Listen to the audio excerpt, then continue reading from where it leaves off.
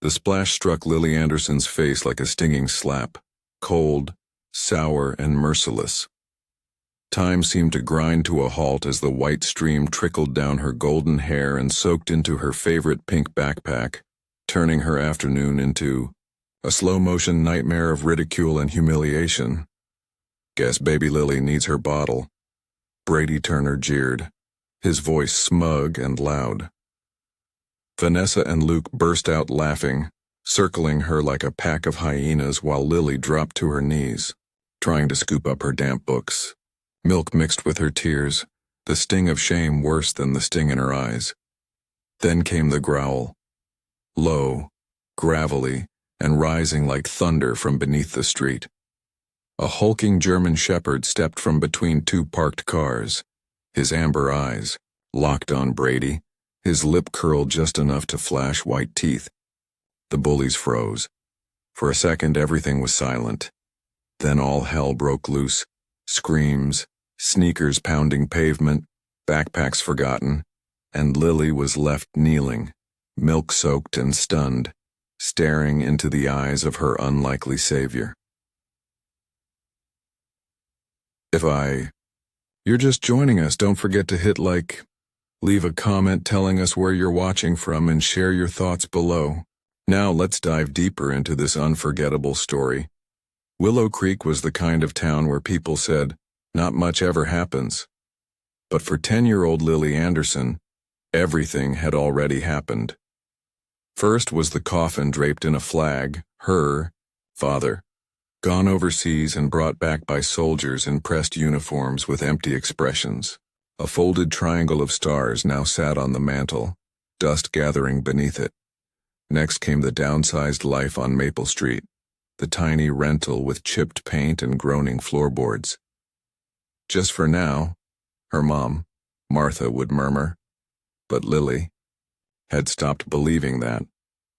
Now had stretched into 2 long years. 2 years of Martha taking double shifts at Mercy General, her blue scrubs carrying the smell of bleach and exhaustion. 2 years of Lily packing her own lunches and walking herself to school, trying to stay small, unnoticed.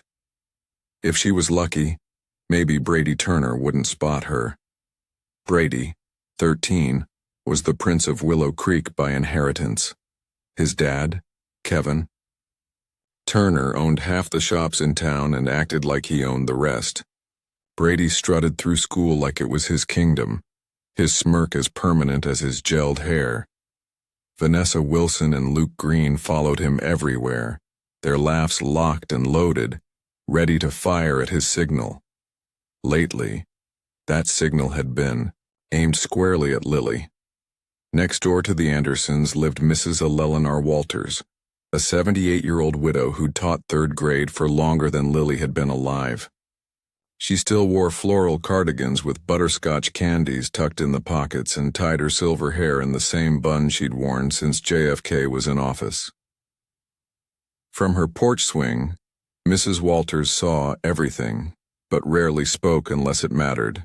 At Willow Creek Elementary, Principal Reynolds ran things tight, always with an eye on the school board and Kevin Turner. When Martha had brought up the bullying last month, he'd leaned back in his chair and said, "Kids will be kids, she'll toughen up." And then came Atlas. Though Lily didn't yet know his name, the battered German shepherd who stepped from the shadows that milk-stained afternoon had already lived a lifetime. His coat, once sleek, was now uneven and matted. A scar cut across his face like a war story. But it was his eyes, those weary, wise eyes, that said he understood the pain of being forgotten. 6 months earlier, on a storm-slick night in November, K9 Atlas had done exactly what he was trained to do. He'd tracked the scent, signaled to his handler, Officer James Mitchell, that danger was close. And then came the gunfire. Mitchell had shoved Atlas aside and taken the bullet. The blood. The noise. Atlas had stood over his fallen partner, growling, unwilling to let even the paramedics near. It wasn't until Officer Peters whispered softly and reached for his collar that Atlas finally relented. Later, in the kennels, Atlas overheard the whispers. He won't bond with the new handlers. Too unpredictable, too broken. A shame, really, 7 years, 3 commendations. But policy's policy. If we can't reassign him, we put him down. Friday. Megan, the night shift worker whose brother had gone through the academy with Mitchell, couldn't bear it. That Thursday night she left Atlas's kennel unlocked. She didn't say goodbye, just opened the gate and walked away. By sunrise, the most decorated dog in the county had vanished. For 6 months, Atlas became legend. Some said he was seen near the train yard. Others swore he patrolled the alley, behind the diner. Animal control never caught him. He slept in a storm drain near Miller's Park, coming out at dusk and dawn to avoid humans. He knew which dumpsters yielded scraps, which gates barked and which ones creaked, which porches had water, bowls and which hands would grab. That's where he was. Half sleeping, half alert when he heard it. A child crying. His training kicked in. Protect the weak. Investigate the distress. Serve. Atlas stood, shook the damp from his fur, and followed the sound through side streets and parked cars until he found her. 3 kids, looming over a 4th. Aggression in their stances, predator energy. He didn't bark. That wasn't for this moment. Instead, a growl, deep, primal, deliberate. Every muscle in his body spoke the same command. Back. Off. The bullies ran. Only the girl remained, milk on her, sleeves and shock in her eyes. "Thank you," she whispered. Atlas approached, slow and calm, lowering his head. Victims were fragile. He knew how to earn trust. She held out her hand. He sniffed. One soft lick, that was all, but it was everything. Lily Anderson couldn't believe it. 1 minute she was being humiliated. The next, she was face to face with the most incredible dog she had ever seen. Despite his scars, despite his grime, he radiated something strong and sad and beautiful, and for the first time in months, she didn't feel alone. There was a scar across his muzzle, but something noble still clung to him.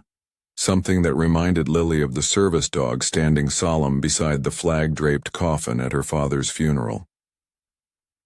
"Are you hungry?" she'd asked softly, pulling a squished sandwich from her backpack. "It's peanut butter and banana. Mom says it used to be Dad's favorite." The dog had accepted it with gentle manners, never breaking eye contact with her.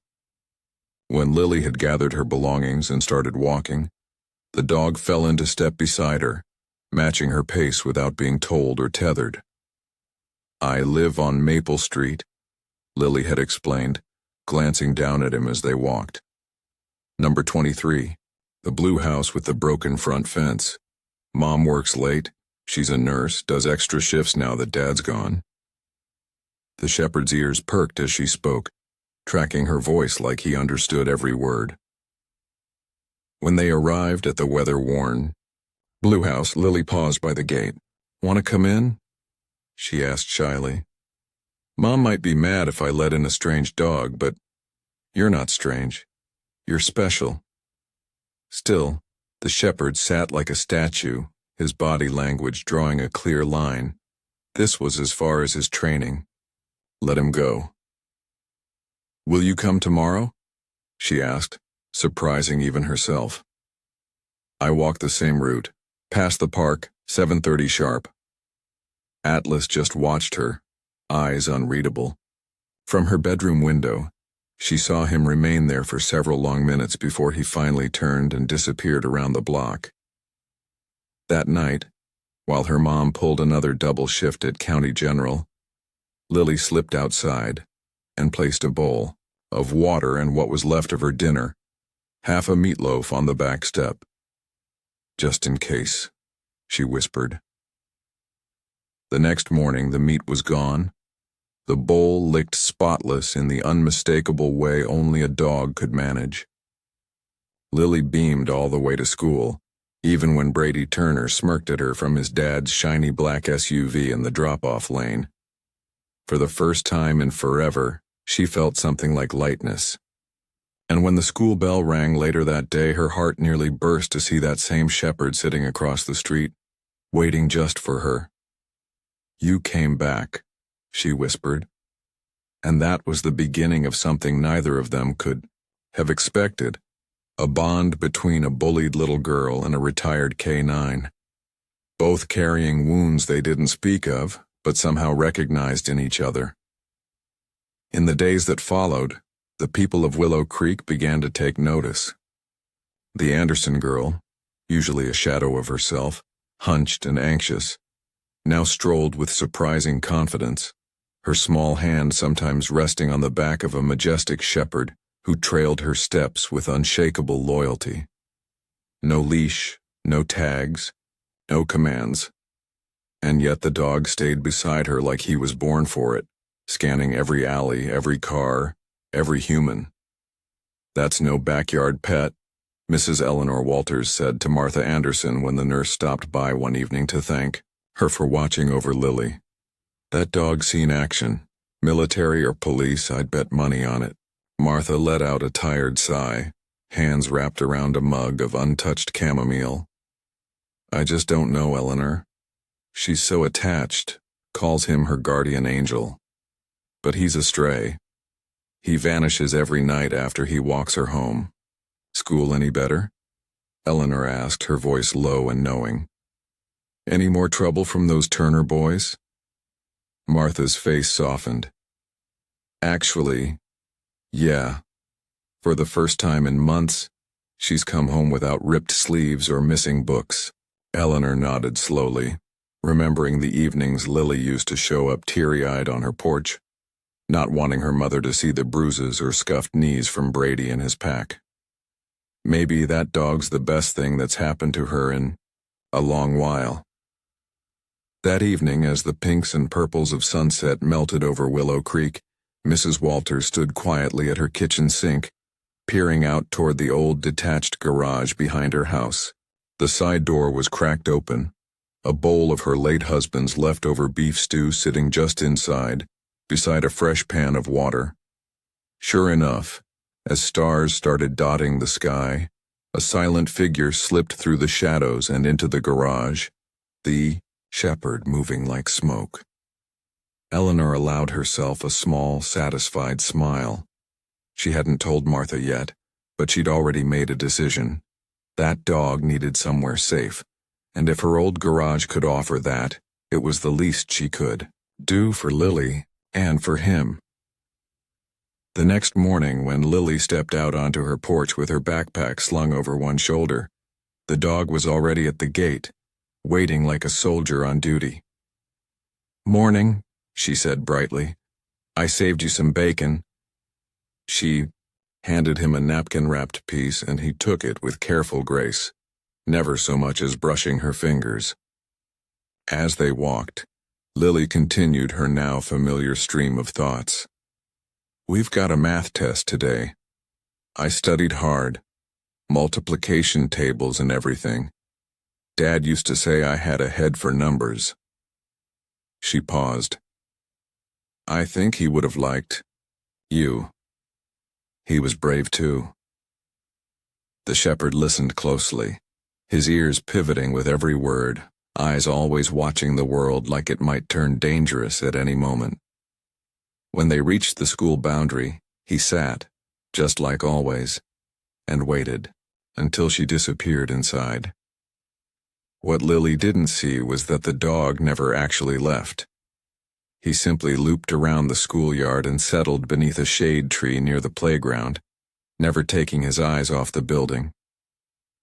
Across the street, inside a black SUV parked a little too long in the same spot each morning, Kevin Turner watched the interaction through narrowed eyes.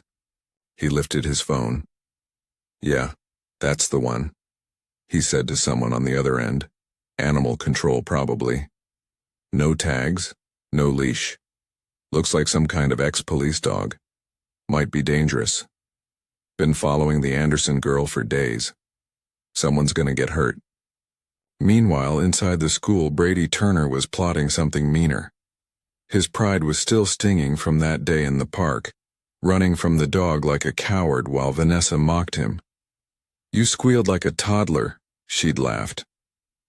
"I almost peed myself watching." Brady's face burned with humiliation. "We need to teach Lily a lesson," he hissed to Vanessa and Luke at lunch. "She thinks she can sick that mud on us and get away with it." "What about the dog?" Luke asked, nervously eyeing the hallway like the shepherd might show up. "That thing looked like it wanted to eat us alive." Brady leaned in, smirking. "Don't worry. My dad's already handling it. Dog'll be gone by next week, pound or worse. Then Lily'll be all alone again." That same afternoon, Martha Anderson got a call that made her stomach twist into knots. Lily's teacher, Miss Pearson, had found something. "It's a note," she explained, "being passed around in class. It threatens Lily. Something about the dog incident. I think you need to see it." By the time Martha stepped through the school's double doors, Lily was already tucked into a chair far too big for her in the principal's office. Her legs didn't reach the floor. Principal Reynolds looked up with a stiff smile that didn't touch the tired creases around his eyes. "Mrs. Anderson, thank you for coming. I believe there was a disagreement between Lily and a few classmates." Martha's brow furrowed at the wording. "Disagreement? My daughter got a note telling her she should have never been born. That's not teasing, that's a threat." Reynolds laced his fingers on the desk. "Kids say things they don't mean. I've spoken to the students involved. They all swear it was a joke that went too far." Martha's voice sharpened. "Was it a joke last week too, when she came home dripping in milk and shaking?" The principal shifted, eyes darting toward the clock. "Mrs. Anderson, I understand your frustration, but without witnesses or physical proof—" "She is the witness," Martha snapped, the last of her patience cracking. "Yes, but we also need corroboration. And you won't take her word for it. Is that really how this school handles bullying?" Principal Reynolds sighed and tapped his watch. "I've got a school board meeting in 20 minutes. Mr. Turner is leading it, as you know. We take these things seriously, but—" Martha stood, reaching for Lily's hand. "We're done here, but this conversation far from over." As they walked out into the sunlit lot, Martha seethed in silence. She'd been pushing against this wall for months, this invisible shield wrapped around Brady Turner and his friends. That subtle mention of Kevin Turner's spot on the board wasn't lost on her. Just another way to sweep it under the rug. "Mom." Lily tugged gently at her hand. "He's waiting." Martha looked up and froze. Sitting just beyond the chain-link school boundary was the German shepherd. He wasn't pacing or barking, just watching calmly like a soldier waiting for orders. For the first time, Martha noticed what Mrs. Walters had pointed out days earlier. The way he carried himself, that alert gaze, the faded tattoo inside his ear. This wasn't just some stray. And then she saw Lily. The way her posture shifted near him, how her eyes stopped scanning the ground and lifted to meet the world. The fear evaporated, like morning mist under sunlight. Something changed in Martha too, standing there watching. "His name's Atlas," Lily said suddenly as they walked home, the dog pacing beside them in perfect step. "Like in the myths." He held up the sky. "Dad gave me that book, remember?" Martha nodded, her throat tight. Lily reached out and patted the shepherd's head. "He keeps me safe," she whispered, "like Dad did." That evening, Martha made a quiet but deliberate call. "Mrs. Walters, you said Atlas might have been police trained. Is there a way we could check? And if your garage offer's still open, I think we might need something more long-term." Across town, Officer Charlie Simmons sat at his desk reviewing incident logs when a call came through. Someone had reported a German Shepherd loitering near Willow Creek Elementary again. Large male, old scar on the right cheek. Simmons's brow creased. Something about that description tugged at memory. He opened the department's canine files from the previous year and scrolled. About halfway down, he stopped. The photo was clear. Officer James Mitchell, standing tall beside his partner, a commanding shepherd with a snowy blaze on his chest. The caption read, "Canine Officer Atlas." Simmons leaned back, eyes wide. "I'll be damned," he muttered. He made it. As May slipped into June, quiet changes began to ripple through Willow Creek. Most people didn't talk about it, but they noticed. The first to shift was Lily Anderson. No longer did she skitter down sidewalks with her eyes glued to her shoes. Now she walked steady, chin up, her protector always a step away. Atlas had become part of the town's fabric, the dog who waited every morning just past school property. The one who never left his post outside the grocery store while Martha shopped. The one who circled the Anderson yard each night before vanishing into the darkness. "That dog's got military poise," noted Mr. Jenkins, a Vietnam vet who owned the hardware store. "Reminds me of the K9s we ran in Da Nang. They don't breed 'em like that no more." Mrs. Walters took it upon herself to set the record straight around town. "That shepherd ain't no stray," she told anyone who asked. "He's trained. Highly. Keeps to himself. Smarter than most folks I know. Sleeps in my garage and never makes a peep. Doesn't even beg." Martha didn't care what complications might come. Her daughter was smiling again. And not those polite, practiced smiles she'd worn since the chaplain showed up at their doorstep in dress blues 2 years back. Real ones. She'd even made a friend, Sarah Johnson, another quiet girl from class drawn to Atlas like a magnet. "Mom, can Sarah come over tomorrow?" Lily asked one night, as natural and hopeful as any kid. Martha blinked back tears. "Of course, honey, I'll bake cookies." That afternoon the girls sat in the backyard giggling as they taught Atlas how to high-five. He humored them with regal patience, accepting their silly games like it was his new mission. Their laughter filled a house that had been silent for too long. But beneath that happiness, pressure simmered. Martha's finances were running on fumes. The modest rental on Maple Street, meant to be temporary, now sat on the brink of eviction. Her husband's final hospital bills hadn't vanished, and the military pension barely covered utilities. "I don't know how much longer I can do this, Eleanor," she admitted one night, her voice hushed as Lily scribbled away at homework nearby. "The hospital's cutting shifts again. Rent's jumping next month?" Mrs. Walters squeezed her hand, her skin soft as tissue but firm with resolve. "You'll make it work, dear. You always do. And Lily, well, she's got me any time." What neither woman said aloud was the rising storm named Kevin Turner, 3 complaints to animal control. A new push at the town council to revise leash laws. "That man's got a bone to pick," Mrs. Walters huffed. "Like it's some personal insult that his son can't push your daughter around anymore." While patrolling the sleepy neighborhood near Willow Creek Elementary, Officer Charlie Simmons had quietly launched a private investigation of his own. During his evening rounds, he began looping past the school grounds, keeping an eye out for a German Shepherd that fit the profile of his old precinct partner's K9.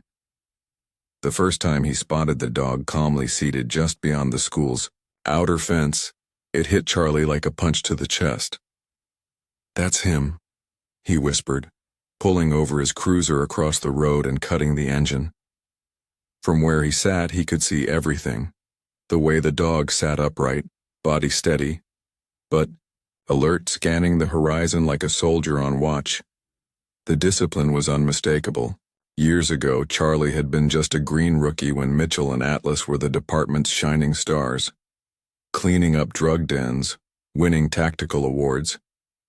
He remembered how Mitchell had fought to let Atlas live at home instead of the station, Kennel swearing it strengthened the trust between them. And he also remembered the night Mitchell was killed, how Atlas wouldn't leave his handler's body. The department hadn't known what to do with a loyal K-9 who refused to be reassigned. "Didn't think I'd see you again, buddy," Charlie murmured, watching Atlas quietly guide a little blonde girl away from the gate. "Looks like you found yourself a new assignment."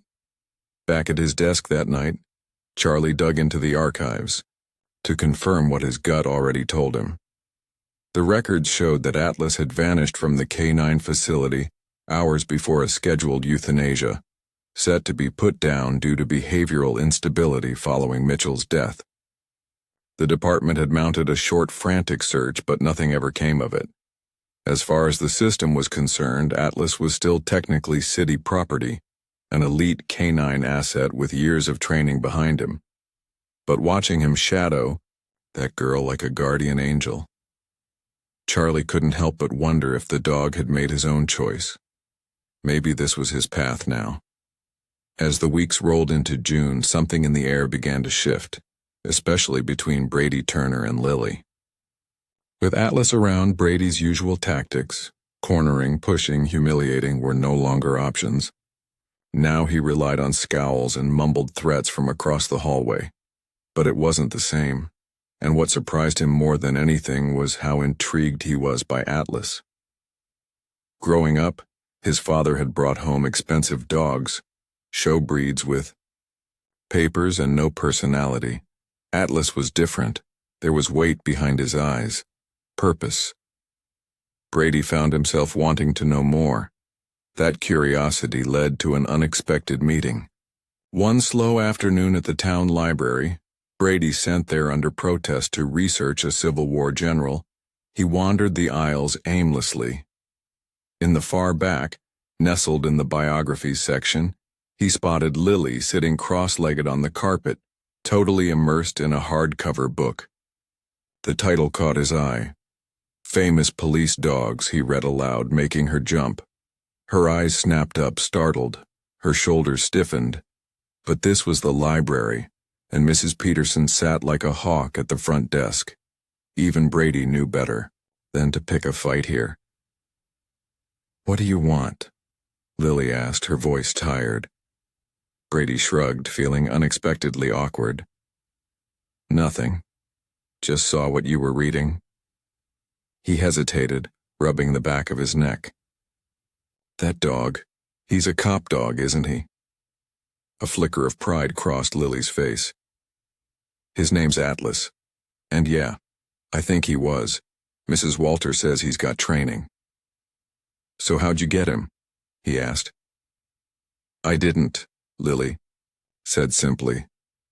"He got me." She closed the book and hugged it to her chest. "When I needed someone, he showed up." There was something about the way she said it, so matter-of-fact, so true, that made Brady feel weirdly hollow inside. Before he could reply, she was gone, vanishing into the next aisle like a shadow. Later that night, a strange restlessness followed Brady home. For the first time, he asked his dad about the campaign to remove the German Shepherd. "Why do you even care about that dog, Dad? It's just a stray." Kevin Turner looked up slowly from his laptop, lips tightening. "That stray is a hazard," he snapped. "He's unlicensed, unpredictable, dangerous. What if it bites someone? What if it bites you?" Brady frowned. "It doesn't seem dangerous, it just follows Lily around." Kevin's expression sharpened. "Since when do you care about Lily Anderson?" Brady shifted uncomfortably. "I don't.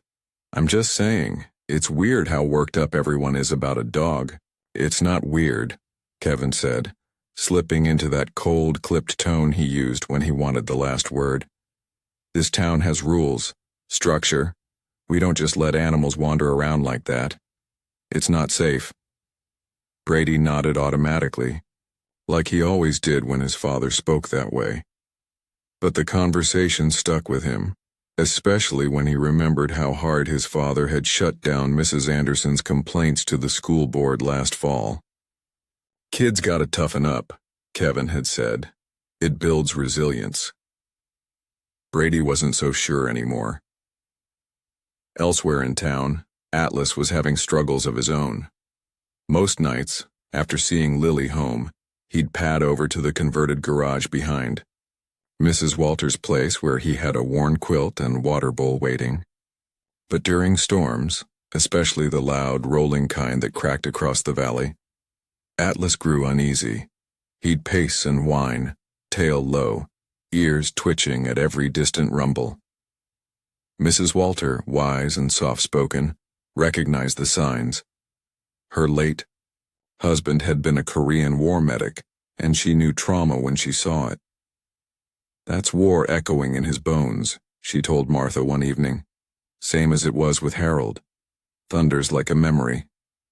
Sometimes Atlas would vanish until morning, returning soaked and limping like he'd been chasing ghosts through the hills. She never scolded him, just dried him off, ran a brush through his thick coat and whispered gently, "It's over. Now, soldier, you're home. You did your job." As summer's grip tightened, Martha Anderson found herself relying more and more on Mrs. Walter. With school out, there'd be no one to watch Lily while Martha worked 12-hour hospital shifts. But the older woman stepped in like family, teaching Lily how to knead dough, prune basil, and even sort old photo albums. "That Mrs. Walter's a treasure," said Dr. Reed, the head nurse, during a late shift. "You're lucky to have her." Martha smiled, weary but grateful. "She says it keeps her young." "Well," Dr. Reed said, lowering his voice, "between you and me, there's a pediatric charge nurse spot opening next month. Better hours, real benefits. You should go for it." For the first time in months, hope flickered in Martha's chest.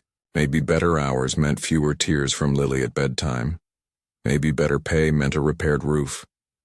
Maybe, just maybe, they could keep Atlas for good. Give him what he never got before. A real home. A real family. Vaccinations and licensing finally made Atlas officially theirs. In the weeks that followed, as Martha finalized her application for the charge nurse position, she began noticing something unexpected. Lily had changed. The quiet girl now carried a little notebook everywhere, scribbling down details about Atlas. What cues he followed, how he reacted in different settings, what triggered his tense pacing during thunderstorms. "What's all this, sweetheart?" Martha asked one evening, catching Lily tucked in a nest of library books about German shepherds and police canines. "I'm trying to figure him out," Lily answered with a seriousness beyond her years. "Sarah's dad is a vet, and he said if we learn how Atlas was trained, we might be able to help when he gets nervous during storms." Martha felt a wave of pride. This was the Lily she remembered. Curious, caring, focused. She sat down beside her daughter on the carpet. "That's a beautiful idea," she said gently. Lily flipped open her notebook, eager. "He knows sit, stay, heal, but he also understands police stuff. Like when I say check, he searches the whole house. That time we saw that creepy guy at the park, I told Atlas watch him, and he just locked eyes on the man until he left." Martha raised her brows, genuinely impressed. "That's not just smart, that's remarkable." "Mom," Lily said, her voice catching with something deeper, "Mrs. Walter says Atlas is a hero. She thinks he saved his officer before something bad happened to him." Martha gently ran her fingers through her daughter's hair, hearing the unspoken grief between the lines. "I think she's right," she said. "And I think Atlas is lucky to have found you." Lily leaned into her mother's shoulder. "Do you think we can keep him? Not just let him sleep in Mrs. Walters's garage?" I'm trying, sweetheart, Martha whispered, her thoughts returning to the charge nurse position. I'm trying. As July inched closer, the quiet war over Atlas in Willow Creek began to heat up. Kevin Turner had convinced the town council to hold a special hearing about the stray dog issue, branding it a public safety concern. But Mrs. Walters wasn't one to back down. She rallied friends from church, past students and neighbors who'd seen with their own eyes how gentle Atlas was, especially around Lily. That man thinks he owns this town just because he owns a bank, she huffed to a group gathered on her porch. Well, I've lived here over 60 years, and that dog's been nothing but a blessing. Among the listeners stood Officer Charlie Simmons, quietly leaning against the porch rail. He'd been listening for a while, eyes trained on the big German shepherd sitting calmly beside Lily. Finally, he stepped forward. Mrs. Walters, he said, his voice respectful, could I have a moment? It's about Atlas. Her eyes narrowed protectively. If this is about the complaints Turner keeps filing. It's not, Charlie said quickly. Actually, I think I may have some information that could help the Andersons, and Atlas. When the last neighbor had gone, Charlie settled into the porch swing and began sharing what he suspected. If I'm right, and I think I am, Atlas wasn't just any police dog. He was Officer Mitchell's partner, the best K-9 in the whole county. Charlie's voice dropped. 3 bravery medals, over 50 drug arrests, 2 kids rescued, and then he vanished. We thought he'd been stolen. The search lasted weeks. Mrs. Walters's eyes sparkled. I knew he was special. You can just tell by the way he walks, like he's still on patrol. Because he is, Charlie said softly. He's taken Lily as his assignment. So what happens? Now? She asked. For him? For that little girl? Charlie exhaled, rubbing his temple. Technically, he still belongs to the department, but if I can prove it's him and show that he's got a new purpose, protecting Lily, we might be able to reassign him formally, maybe even get him his retirement benefits, medical care too. Mrs. Walters studied him carefully. You'd really go up against Kevin Turner? Charlie's jaw tightened. Ma'am, I swore to serve and protect. That includes doing what's right, even when it ruffles feathers. He paused. And I owe it to Officer Mitchell. He was a good man. He'd want his partner where he's needed most.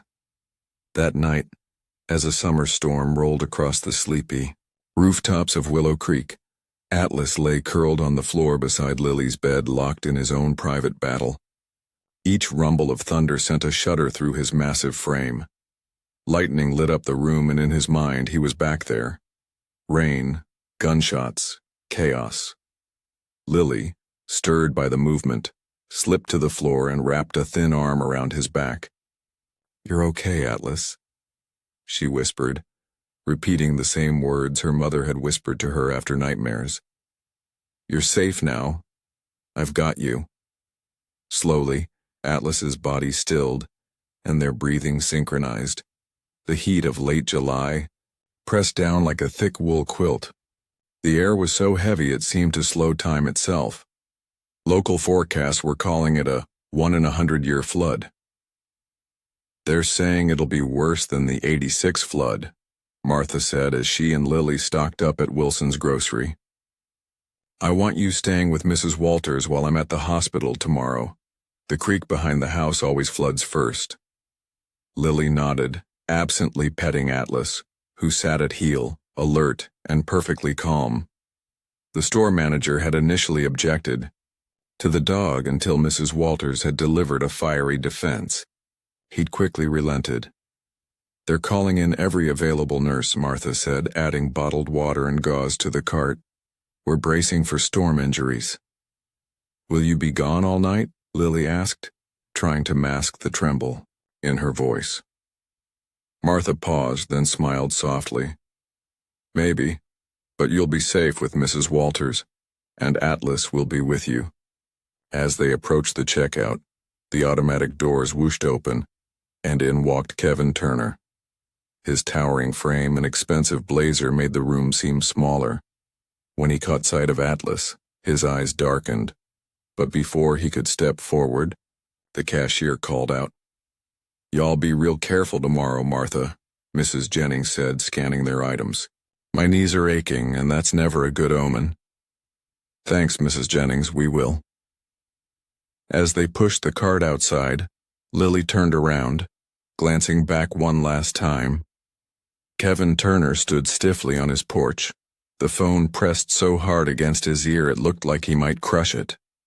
His jaw clenched, voice low and sharp. "He's calling someone," Lily whispered, eyes fixed on the man across the street. "It's about Atlas again." Martha shook her head, shoving the last of the groceries into their dented old sedan. "Let him. Officer Simmons says there's a legal way to keep Atlas safe. We just have to hang in there." The rain came in like a whisper that night, tapping against the windows as if politely asking to come in. By morning, it had become a full-on downpour. At 5 a.m., Martha eased the car out of the driveway, squinting through the growing puddles. On the road, Lily packed a small overnight bag, zipped it shut, and stepped into the storm with Atlas beside her. They dashed next door, soaked before they hit the porch. "Mercy, girl, you're drenched," Mrs. Walters exclaimed, handing Lily a towel as Atlas shook a mini flood across the porch. "Storm's turning nastier than a bull in a glass shop. Good thing you came over. Your house is too close to that creek." By midday, the radio cut into the usual country hits with a grim update. The creek that sliced through Willow Creek was rising fast. Families in flood zones were urged to head to the high school, designated as a shelter. "Mrs. Walters, should we go?" Lily asked, worry threading her voice. The older woman squinted through the rain-glazed glass. The street already looked like a lazy river. "We're good here, sweetie. My place sits higher. I've lived through 3 big floods. This house hasn't flooded yet, and I don't think it'll start today." She gave Lily's hand a soft pat, though her tone carried just a touch too much certainty. By 2 o'clock, that confidence had thinned. The rain poured like someone had ripped open the sky. Water crept past the curb, inching up the lawn. Then the power blinked, sputtered, and went out. "Figures," Mrs. Walters muttered, lighting candles with practiced ease. "These newfangled phones are junk when the lights go. Good thing I've still got my rotary."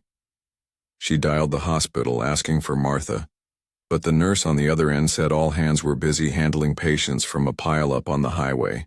"Tell her Lily's safe," Mrs. Walters said. "We're staying put. Doing fine."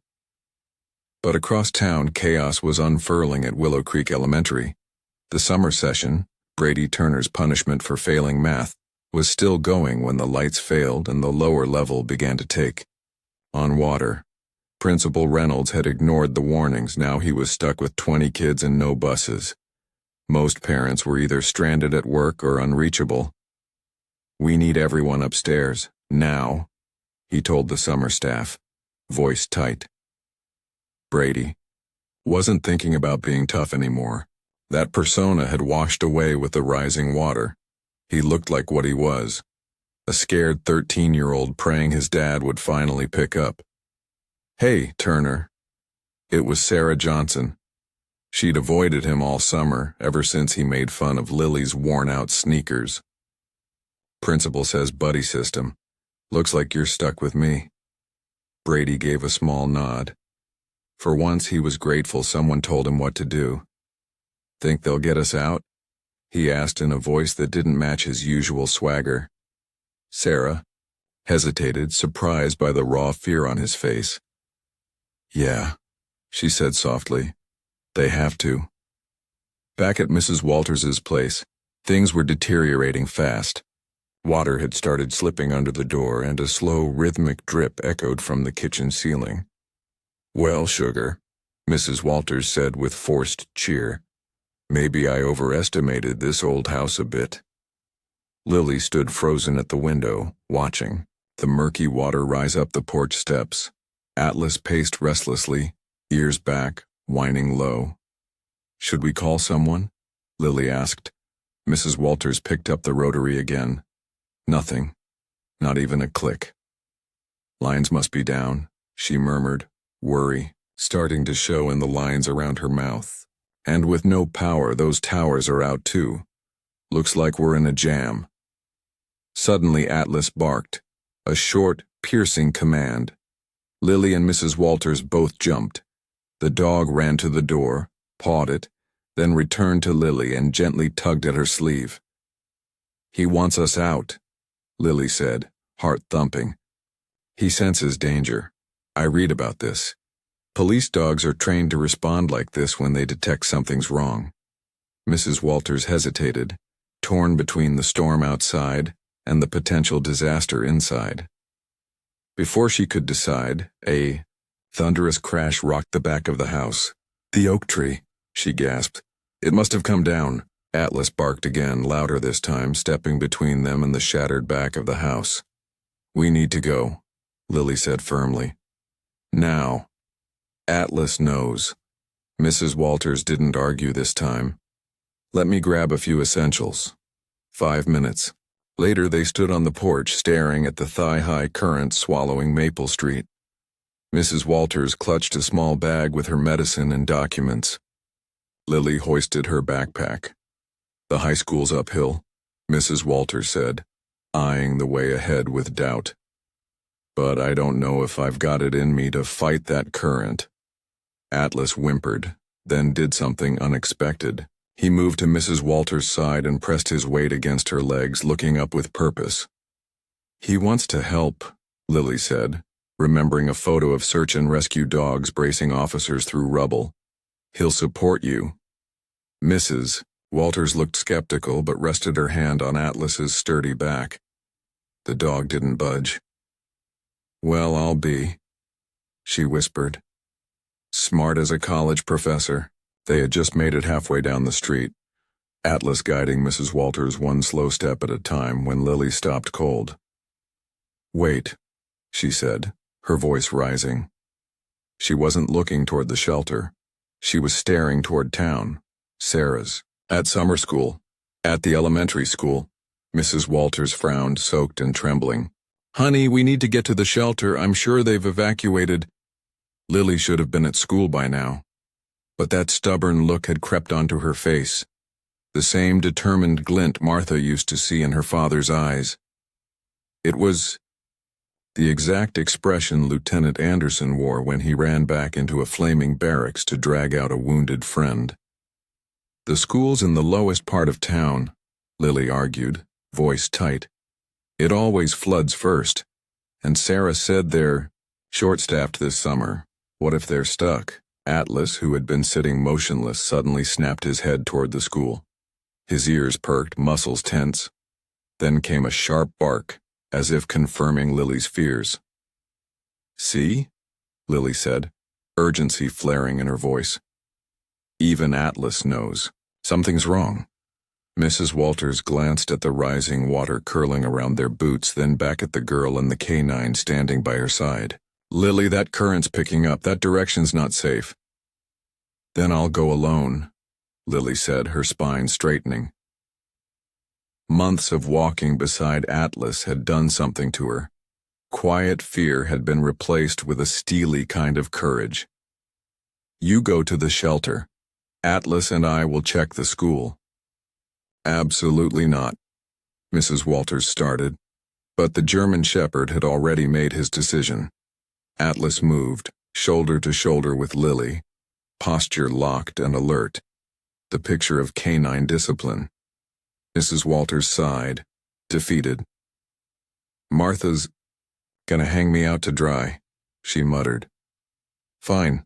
We check the school, then we head straight to the shelter, no arguing." Getting to Willow Creek Elementary felt like crossing a war zone. The floodwater kept rising, and they had to reroute. Twice, but Atlas was uncanny. He moved ahead like he could feel the safest way. avoiding hidden dips and submerged fences, sniffing out danger before it found them. When they finally reached the school, Lily's fears turned real. Water was lapping against the first-floor windows. On the second-floor faces, tiny hands, tear-streaked cheeks pressed against the glass, they were waving. "They're trapped," Lily breathed. Mrs. Walters squinted through the downpour. "Fire department must be swamped," she said, her voice strained. "They need to know we've got kids in there." Before they could decide what to do, Atlas barked, once sharply. A police cruiser crept through the flooded intersection a block away. "Help!" Lily screamed, flailing her arms. "We're over here." The cruiser's spotlight swung their way, catching a surreal image. An elderly woman, a little girl, and a German shepherd, waist-deep in water, beside a drowning school. The cruiser rolled closer. Lily recognized Officer Charlie Simmons behind the wheel. Just the sight of him made her legs go weak with relief. "What the hell are y'all doing out here?" Charlie shouted as he sloshed through the water, tethered to his cruiser by a safety rope. "The school," Mrs. Walters yelled, pointing. "Second floor, kids trapped." Charlie glanced up, his face grim as he spotted the crowd of frightened faces behind the windows. "Damn it," he muttered, raising his radio. "Dispatch, Simmons here. We've got a priority at Willow Creek Elementary. Dozens of kids and teachers stranded, immediate evac needed." Static crackled in reply, swallowed by the wind. Charlie's jaw tightened. "They're stretched too thin," he said. "Rescue crews still tied up at the East Bridge. Could be over an hour before backup gets here." Atlas stood motionless next to Lily, until a new sound broke through the rain. A low groan like wood under pressure, a splintering crack. "The building's not stable," Charlie warned, eyes scanning the structure. "We're running out of time." "What do we do?" Lily asked, trembling. "Sarah's in there." Charlie's brain was working fast. "I've got float vests in the cruiser, but not enough for everyone." That's when Atlas bolted. Without waiting for a command, the German shepherd leapt into the floodwaters, powering toward a side door where the water hadn't quite reached the knob. "Atlas!" Lily cried, lunging forward. "Wait!" Charlie said, holding her back. "He's not panicking. He knows what he's doing." Atlas reached the door and rose on his hind legs, pressing the latch down with practiced paws. The door creaked open, and the dog disappeared into the darkness. "Did you see that?" Mrs. Walters gasped. "He opened that door on purpose." Charlie gave a solemn nod. "He's trained for this, search and rescue, one of the best I ever knew." Inside, the second-floor library was packed. Brady Turner sat cross-legged with the other students, their faces pale. The teachers were trying to stay calm, but their eyes betrayed everything. A sudden scuff echoed from the hallway. A pause. Then a single commanding bark. "Is that a dog?" one teacher whispered. Brady jumped up, cracked the door, and blinked. There he was, soaked, muddy, determined. "Atlas?" Brady said, disbelief tugging at his voice. "That's Lily's dog." Atlas barked again, turned, and padded down the hallway, glancing back. I think he wants us to follow," Sarah said, taking the lead. The German shepherd led them away from the main stairwell, toward the eastern exit, far from where the flood first poured in. The first floor was underwater, but Atlas stopped at a small maintenance door, its bottom edge just above the rising tide. Outside, Charlie had pulled his cruiser as close as possible and was inflating the emergency rafts. Then the door burst open. Atlas trotted out, soaked but proud, followed by the first group of terrified kids. Charlie's face lit up. "That's it," he called out. "Atlas found the path. Come on, let's move." One by one, the children were loaded into the rafts. Mrs. Walters steadied them while Lily helped secure ropes. Atlas swam alongside, a living lifeline in the turbulent waters. Brady came out last, helping a little boy who could barely stand. As he reached the raft, he met Lily's eyes. "Your dog," he said. No sarcasm, no bravado, just awe. "He saved us." Lily only nodded, too focused to cry. "That's what he's for," she said softly. "That's what he does." Then, crack, the building groaned like something ancient giving way. A chunk of the facade peeled off and crashed into the flood below, sending a wave of water straight at them. "Back!" Charlie roared. Too late. The surge hit the raft where Lily stood, and she vanished into the water. Just as the rescue rafts pitched and swayed beneath Charlie's grip, there was a terrifying beat where everything seemed to vanish. No voices, no movement, just the scream of the wind and the furious roar of the flood. Then through the chaos, Atlas broke the surface. Clamped gently in his jaws was Lily's shirt, her face above water, eyes wide with terror as the powerful dog propelled them toward higher ground. "Hold on, mija," Mrs. Walters shouted, her lined face pulled tight with fear. Somehow, with strength that defied his starved frame, Atlas dragged Lily against the current straight toward Charlie, who stood as far out as his tether would allow, arm extended.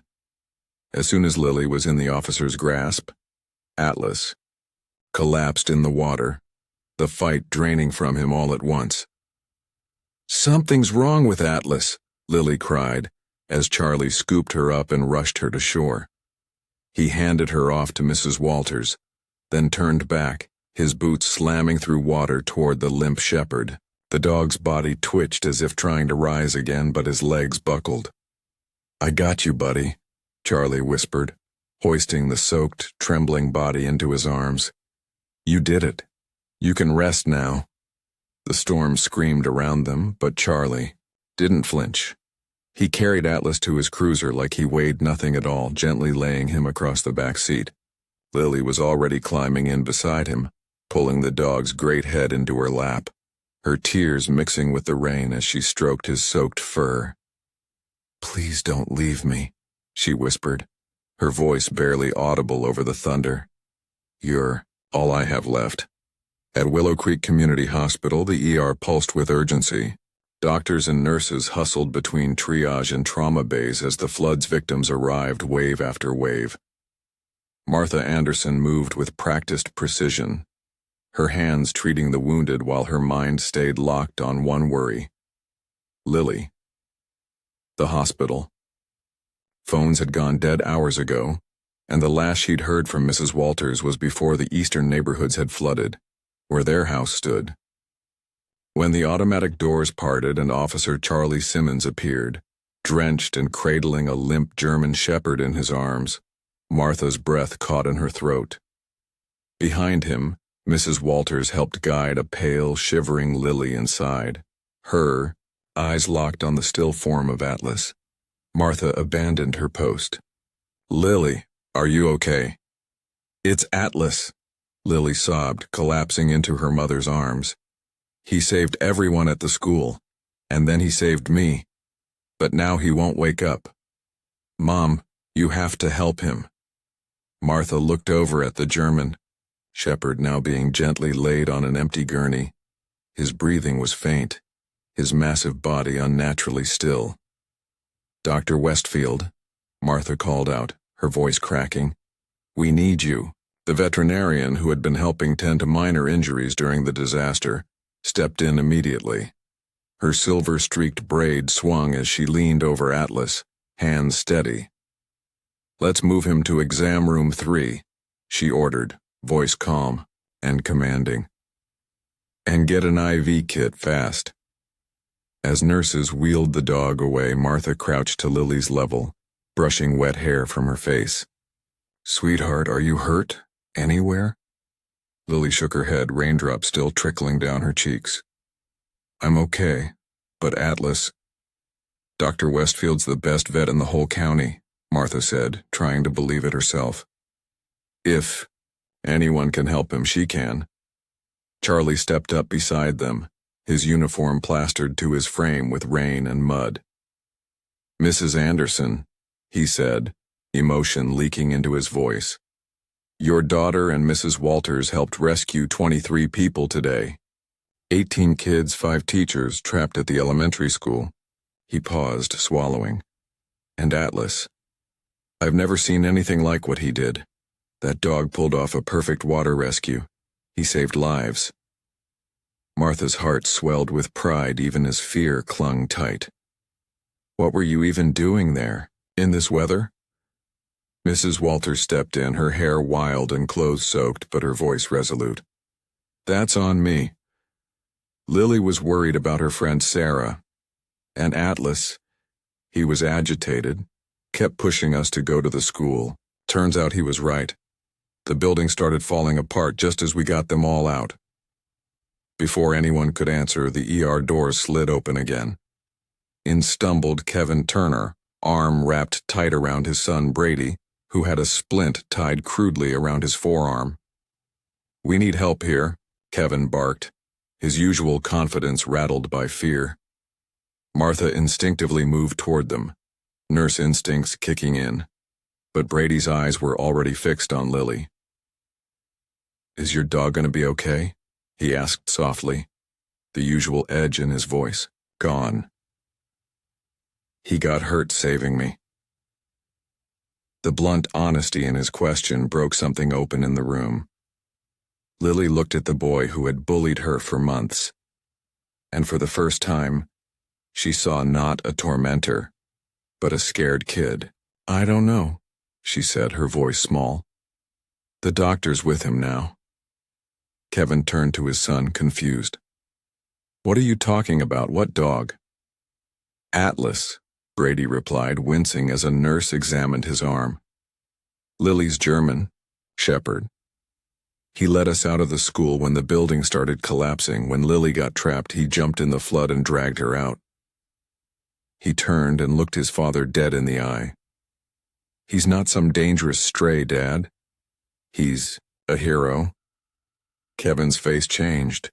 Grief, disbelief, and something heavier settling behind his eyes as he took in the words. Before he could respond, Dr. Westfield appeared, her face grave. She knelt in front of Lily, her tone gentle. "Sweetheart, Atlas is very sick. He's severely exhausted, malnourished, and the strain today made his old injuries worse. He also swallowed a lot of contaminated floodwater. But you can help him, right?" Lily asked, her voice trembling. Dr. Westfield exhaled. "I'm doing everything I can, but he needs advanced care, more than we can give here.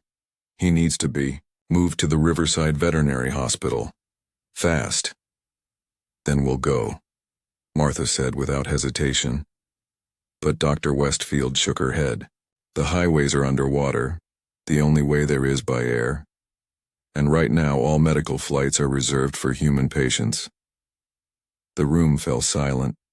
Then Kevin stepped forward. "How much is a private chopper?" he asked. Heads turned. "Kevin," Martha began. "My company contracts with Mid-State Aviation," he explained, phone already in hand. "They do emergency medical transports." "A flight like that," Charlie warned, "would cost thousands. For a dog." Kevin's jaw tightened. "I know." He glanced from Brady to Lily and finally to Atlas, still visible through the exam room window. "That dog saved 23 people, including my son. That's worth whatever it takes."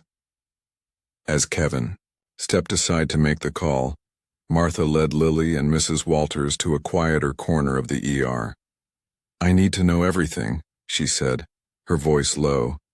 Between them, the two recounted the terrifying hours, how the water had surged into Mrs. Walters' house, how Atlas had barked relentlessly, leading them to the school, how he refused to leave even as the building began to collapse.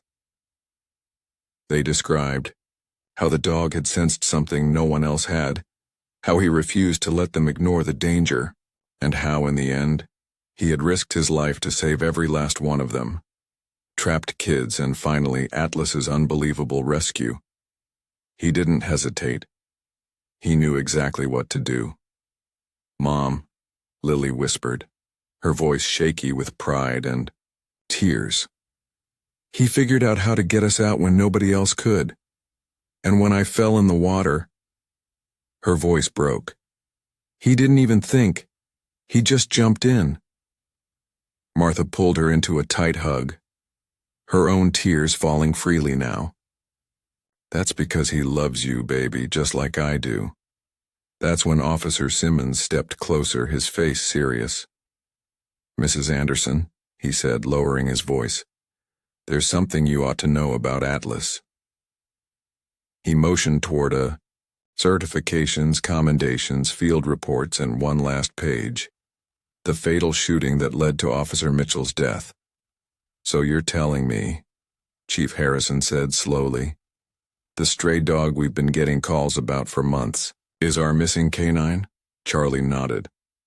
"It's him, Atlas," microchip confirmed at Riverside. The chief leaned back in his chair, absorbing it. "And now the town's calling him a hero." He rubbed his jaw. "I've already had the mayor on the line. Apparently he saved over 20 lives, including Turner's own son." Charlie nodded again. "It explains Turner's sudden shift. That dangerous stray turned out to be the reason his kid made it home alive." The chief tapped the file, thinking. "So now the question is—" Recommendation Officer Simmons sat forward. "Technically speaking, sir, Atlas still belongs to the department. By regulation, we could reclaim him." Chief Harrison didn't respond right away, his eyes steady. Charlie knew this wasn't just a legal discussion, it was personal. "With all due respect, sir," Charlie said carefully, "Atlas bonded with Lily Anderson in a way that brought him back from losing Officer Mitchell. That bond's not replaceable. Trying to separate them now would only cause more harm, especially to Lily." Chief Harrison's brow furrowed. "He's still a trained K-9 asset, Charlie. What about that? He's 7, has multiple injuries. By next quarter, he'd qualify for retirement anyway," Charlie replied. "And we both know the department can't offer the kind of medical care he needs now." The chief leaned back, exhaling slowly. "So what exactly are you suggesting?" Charlie squared his shoulders. "We officially retire K-9 Officer Atlas and assign him to the Anderson household. The department keeps legal ownership, but full-time custody goes to them." "And the vet bills?" the chief asked, eyes narrowing. "We can't just—" Charlie allowed himself a tight smile. "That's the best part. Kevin Turner approached me. He's setting up a fund to cover all of Atlas's medical needs. Says it's the least he can do after what Atlas did for Brady." Across town, in the back office of Wilson's Grocery, now reopened to help flood victims, Kevin Turner stood facing Dr. Reed, head of nursing at Willow Creek General. "Thank you for meeting me here," Kevin began. His usual charm was muted, replaced by a hint of humility. "I understand the hospital will soon make a decision on the new charge nurse role." Dr. Reed remained polite but guarded. "That's true, Mr. Turner. Though as a rule, staffing decisions aren't typically discussed with community leaders." "I'm not here to influence," Kevin said quickly. "At least not how you might expect." He paused, searching for the right words. "I'd like to offer some context about Martha Anderson. She's not just competent. She's extraordinary. During the flood, she worked 36 straight hours treating my son and dozens more without pause. And that's despite me, well, not exactly being supportive of her family situation." Dr. Reed raised an eyebrow. "You mean the campaign to have her daughter's dog removed from town?" Kevin winced. "Yes. That." He straightened. "But watching Atlas pull my son from a collapsing wall makes you rethink things." He inhaled deeply. "Martha deserves this role on merit. But she's also facing real hardship, house damage, mounting vet costs for the dog. That's why the Turner Foundation is stepping in. We'll match any salary increase the hospital offers with a separate grant, just to cover Atlas's care. Dr. Reed blinked, surprised. That's unexpectedly generous. Kevin looked down, then back at her. My son's been bullying Lily Anderson for months. I knew. I let it slide. Worse, I shielded him. I'm trying to make it right. It's what my wife would have wanted. 5 days after the flood, the town held a public meeting inside Willow Creek High's gym. The bleachers were packed, residents eager for updates on FEMA aid, insurance claims, and plans to restore schools and roads. Mayor Wilson was mid-sentence when the gym doors creaked open. Officer Simmons entered with Chief Harrison at his side. A hush fell. Certifications, commendations, field reports, and one last page. The fatal shooting that led to Officer Mitchell's death. So you're telling me, Chief Harrison said slowly, the stray dog we've been getting calls about for months is our missing K9? Charlie nodded. It's him. Atlas. Microchip confirmed at Riverside. The chief leaned back in his chair, absorbing it. And now the town's calling him a hero. He rubbed his jaw. I've already had the mayor on the line. Apparently he saved over 20 lives, including Turner's own son. Charlie nodded again. It explains Turner's sudden shift. That dangerous stray turned out to be the reason his kid made it home alive. The chief tapped the file, thinking. So now the question is, Recommendation Officer Simmons sat forward. Technically speaking, sir, Atlas still belongs to the department. By regulation, we could reclaim him. Chief Harrison didn't respond right away, his eyes steady. Charlie knew this wasn't just a legal discussion, it was personal. With all due respect, sir, Charlie said carefully, Atlas bonded with Lily Anderson in a way that brought him back from losing Officer Mitchell. That bond's not replaceable. Trying to separate them now would only cause more harm, especially to Lily. Chief Harrison's brow furrowed. He's still a trained K9 asset, Charlie. What about that? He's 7. Has multiple injuries. By next quarter, he'd qualify for retirement anyway, Charlie replied. And we both know the department can't offer the kind of medical care he needs now. The chief leaned back, exhaling slowly. So what exactly are you suggesting? Charlie squared his shoulders. We officially retire K9 Officer Atlas and assign him to the Anderson household. The department keeps legal ownership, but full-time custody goes to them. And the vet bills? The chief asked, eyes narrowing. We can't just... Charlie allowed himself a tight smile. That's the best part. Kevin Turner approached me. He's setting up a fund to cover all of Atlas's medical needs. Says it's the least he can do after what Atlas did for Brady. Across town, in the back office of Wilson's Grocery, now reopened to help flood victims, Kevin Turner stood facing Dr. Reed, head of nursing at Willow Creek General. Thank you for meeting me here, Kevin began. His usual charm was muted, replaced by a hint of humility. I understand the hospital will soon make a decision on the new charge nurse role. Dr. Reed remained polite but guarded. That's true, Mr. Turner. Though as a rule, staffing decisions aren't typically discussed with community leaders. I'm not here to influence, Kevin said quickly. At least not how you might expect. He paused, searching for the right words. I'd like to offer some context about Martha Anderson. She's not just competent, she's extraordinary. During the flood, she worked 36 straight hours treating my son and dozens more without pause. And that's despite me, well, not exactly being supportive of her family situation. Dr. Reed raised an eyebrow. You mean the campaign to have her daughter's dog removed from town? Kevin winced. Yes, that. He straightened. But watching Atlas pull my son from a collapsing wall makes you rethink things. He inhaled deeply. Martha deserves this role on merit. But she's also facing real hardship. House damage. Mounting vet costs for the dog. That's why the Turner Foundation is stepping in. We'll match any salary increase the hospital offers with a separate grant, just to cover Atlas's care. Dr. Reed blinked, surprised. That's unexpectedly generous. Kevin looked down, then back at her. My son's been bullying Lily Anderson for months. I knew. I let it slide. Worse, I shielded him. I'm trying to make it right. It's what my wife would have wanted. 5 days after the flood, the town held a public meeting inside Willow Creek High's gym. The bleachers were packed, residents eager for updates on FEMA aid, insurance claims, and plans to restore schools and roads. Mayor Wilson was mid-sentence when the gym doors creaked open. Officer Simmons entered with Chief Harrison at his side. A hush fell. Certifications, commendations, field reports, and one last page.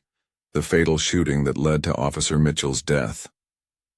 So you're telling me, Chief Harrison said slowly, the stray dog we've been getting calls about for months is our missing K9. Charlie nodded. It's him. Atlas. Microchip confirmed at Riverside. The chief leaned back in his chair, absorbing it. And now the town's calling him a hero. He rubbed his jaw. I've already had the mayor on the line. Apparently, he saved over 20 lives, including Turner's own son. Charlie nodded again. It explains Turner's sudden shift. That dangerous stray turned out to be the reason his kid made it home alive. The chief tapped the file, thinking. So now the question is, Recommendation Officer Simmons sat forward. Technically speaking, sir, Atlas still belongs to the department. By regulation, we could reclaim him. Chief Harrison didn't respond right away, his eyes steady.